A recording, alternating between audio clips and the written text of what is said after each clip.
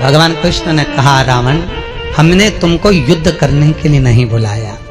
रावण कहते हैं, तो पिताजी हमें आपकी बलि चढ़ाना है। मेरी बलि? हाँ। क्यों?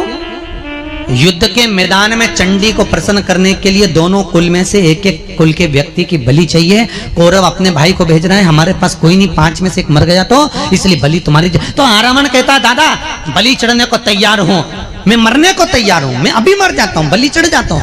पर भगवान कृष्ण से रावण कहता है, दादा दिक्कत इतनी सी है कि मैं कुंवारा हूं, और यदि कुंवारी अवस्था में मर गया ना दादा, तो ना तो मुझे श्राद्ध में पिंड मिलेगा, ना मुझे तर्पण मिलेगा, ना मुझे जल मिलेगा। बहुत ध्यान देना महाराज, इस शिवपुराण की कथा में शास्त्र कहता है कि कुंवारी अवस्था में यदि कोई मर जाता है तो ना तो उसको पिंड लगता है, ना उसको तर्पण लगता है, ना श्राद्ध में ब्राह्मण का भोजन लगता है, ना गौ माता की रोटी लगती है, ना कौवे की कागल लगती है, ना धूप लगती है। क्यों? क्योंकि वो कुंवारी अवस्था में मरा है। रावण कहता है, अगर मैं कुंवारी अवस्था में मर गया तो ना तो मुझे पिंड मिलेगा, ना तर्पण मिलेगा, ना मेरी तिलांजलि होगी, और मैं प्रेत की योनि में भटकता रहूंगा। कुंवारी अवस्था में मरने वाले की मुक्ति नहीं होती साहब, चाहे वो जन्म लेने के बाद में 9 महीने के बाद बच्चा हो, कुंवारी अवस्था में जो मर गया। इसलिए शास्त्र कहता है, विवाह होकर चले जावे तो कम से कम पिंड तर्पण गया सब तो हो जाए, पर जो कुंवारी अवस्था में मर गया उसका क्या भाग।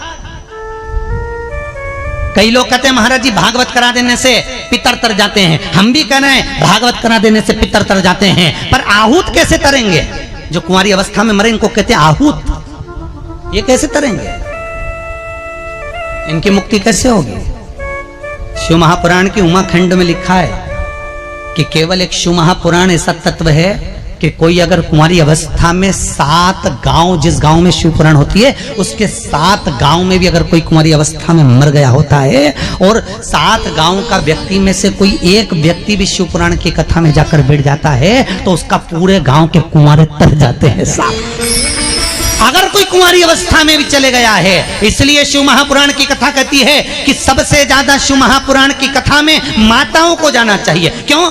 ऐसी कोई नारी नहीं जिसके गर्भ में 2 महीने का, 3 महीने का, 4 महीने का, 6 महीने का कहीं बच्चा ना चले गया हो, कहीं बहू का, कहीं बेटी का, कहीं कुटुंब का, कहीं कबीले का, कहीं रिश्तेदार का, कहीं माई का पक्ष, कभी ससुराल पक्ष में किसी का अगर जीव चले भी गया हो, कोई कुंवारी अवस्था में 2-4 महीने का बनकर नष्ट भी हो गया हो, तो उसका मुक्ति हो जाए। और जब माताएं कथा सुनती हैं तो उसका भाग उस कुंवारी अवस्था वाले को प्राप्त हो जाता है और वो तर जाता है।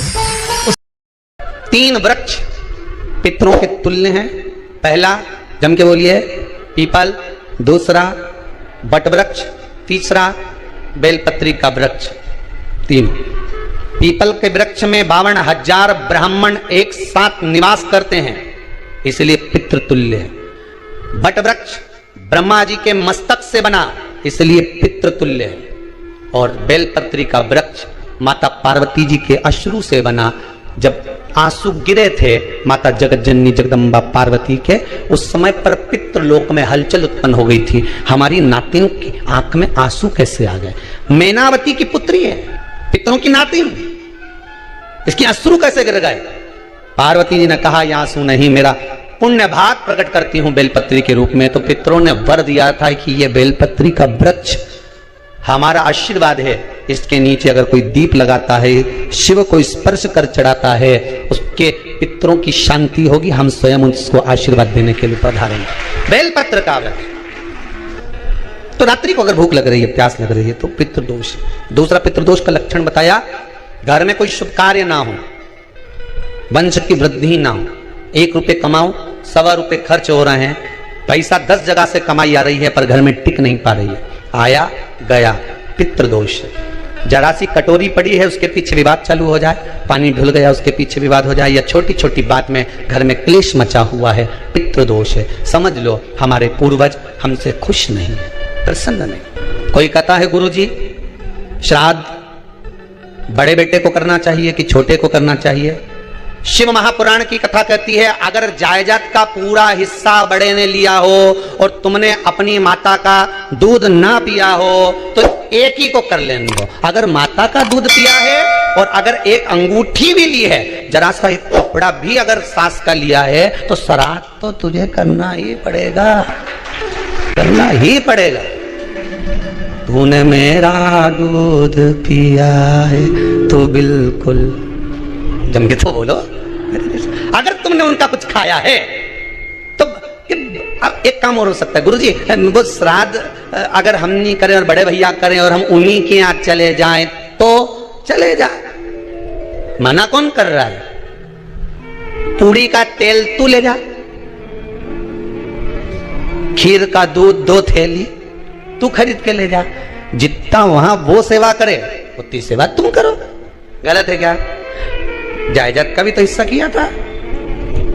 सुई की नोक के बराबर नहीं दुआ ने, ईंट इधर खसकी है तो हमारी इधर खसका दीजिए। हमारी बसियत में इतना लिखा है तो फिर बसियत में ये भी लिख के जाना चाहिए। तब मैं तो क्यों सबके, तुम डरो मती रहे एक भी। जब छोरा छोरी के जब सब सामान प्रॉपर्टी दो ना, जमीन दो ना, जायदाद दो ना, सारा सामान छोरा छोरी के दो तो उनके